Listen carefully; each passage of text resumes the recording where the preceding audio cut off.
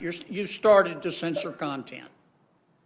Why not have both Mr. Biden and Mr. Trump able to say whatever they want to on your platform? Mr. Zucker, so long as they don't threaten, bully, incite violence, commit a crime.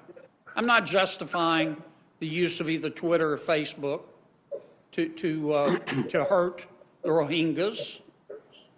Mr. Zuckerberg, what are your thoughts on my suggestion? Get out of the censorship business, other than the exceptions I talked about.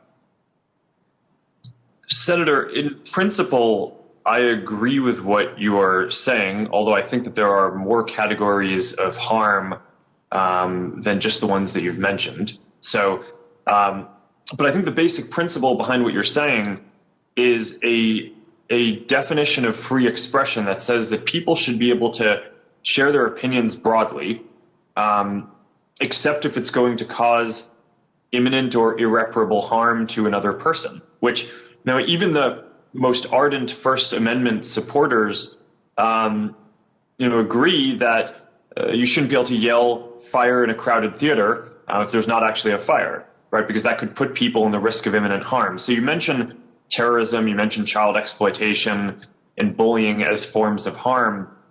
And I think a lot of the debate is around what are other forms of harm. For example, we're in the middle of a pandemic, and we've assessed that misinformation about COVID and treatments that could put people in additional risk of getting the disease or not seeking the right treatment if they have it, that those are also things that could cause imminent harm.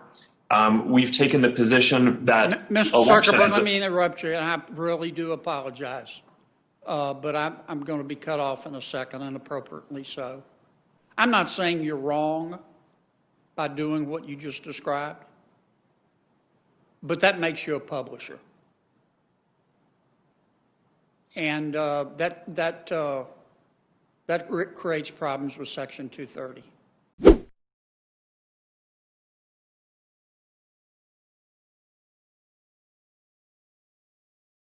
And I just think one point of view is that at some point, we've got to trust people to use their own good judgment, to decide what they choose to believe and not believe, and not try to assume that we're smart and they're stupid, and that we can discern believable information and information that shouldn't be believed.